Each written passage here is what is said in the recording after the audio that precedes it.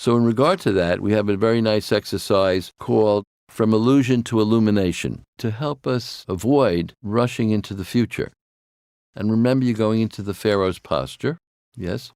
So close your eyes, and those of you following along with us, of course, will want to do this if you so choose. And so you're sitting in the Pharaoh's posture with your feet flat on the floor, your arms in the arms of the chair, and you have closed your eyes, and you're breathing evenly and regularly, out long, slow exhalations through your mouth, breathing in normally, briefly through the nose, and forming that even regular cycle of breathing.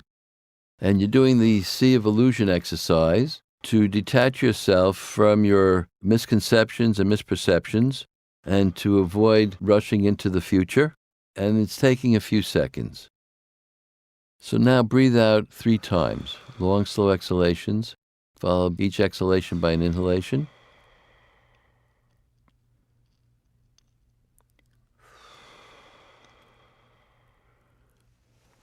And then see yourself swimming out of the Sea of Illusion to a new shore. After reaching the new shore, take a new direction. Come up onto the shore and follow a new way, new direction. What do you discover? And what do you sense and feel? Then breathe out and open your eyes. I swim out of a seaweed bed, and I see a distant shore ahead of me, and I swim to it. I get up on the shore, and it turns out to be a vast expanse of just land and air. And I walk forward in that expanse. And how do you feel? Apprehensive and excited. Because it's something new. And what sensation do you have? Butterflies in the stomach, and my toes are like moving up and down. Mm-hmm. And how's the breathing? Because you said it's fresh air and so on. It's actually deep. Yes. Deep? Deep. Yes. Does that surprise you? Yes, because my breathing is usually shallow. Ah, so this is important because shallow breathing is connected to anxiety and worry. And you remember that you did the exercise for anxiety. This exercise, swimming out of the Sea of Illusion, we can do this 3 times a day. You do it in the morning when you get up, before you start your day, first thing. Mm-hmm. At night before you go to sleep, last thing. So you started the day in a new way, you end the day in a new way. And then if you remember, you try to do it around 5 o'clock in the afternoon. We try to accord the exercises with sunup, sundown, roughly, and at bedtime. Those are the natural transition times of the day, which is the best times for healing, actually, these transition times.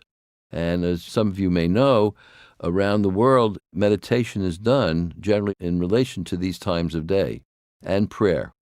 So they are done at these specific transition times because this shift from one state of being to another state of being, even in terms of the times of day of light and dark, have specific influence on the healing process. So you might want to do this now for 21 days.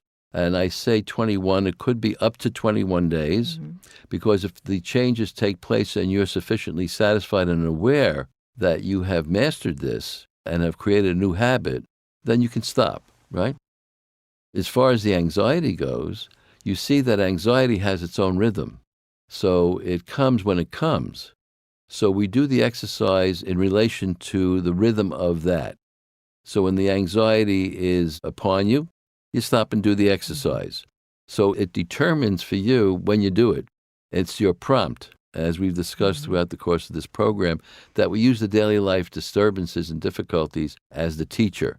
It is the reminder to you to do the work. Do I just see the image of the lake, or do I do the whole tentacles going to the lake, the calm? Whatever comes to you spontaneously. Okay. So you may see the lake, see the tentacles transform. You've already changed the situation by doing it the first time, so you may only need to see the lake as the reminder to you of the shift that's taking place in you, because you've created a new belief that the anxiety is gone, right? So you are able to, by a deconditioning and dehabituation process, change a distressing emotional state, right? Right. Okay. Now, in terms of the imagery process overall, again, seeing the other side of things, seeing just the tree, could be for that deeper anxiety.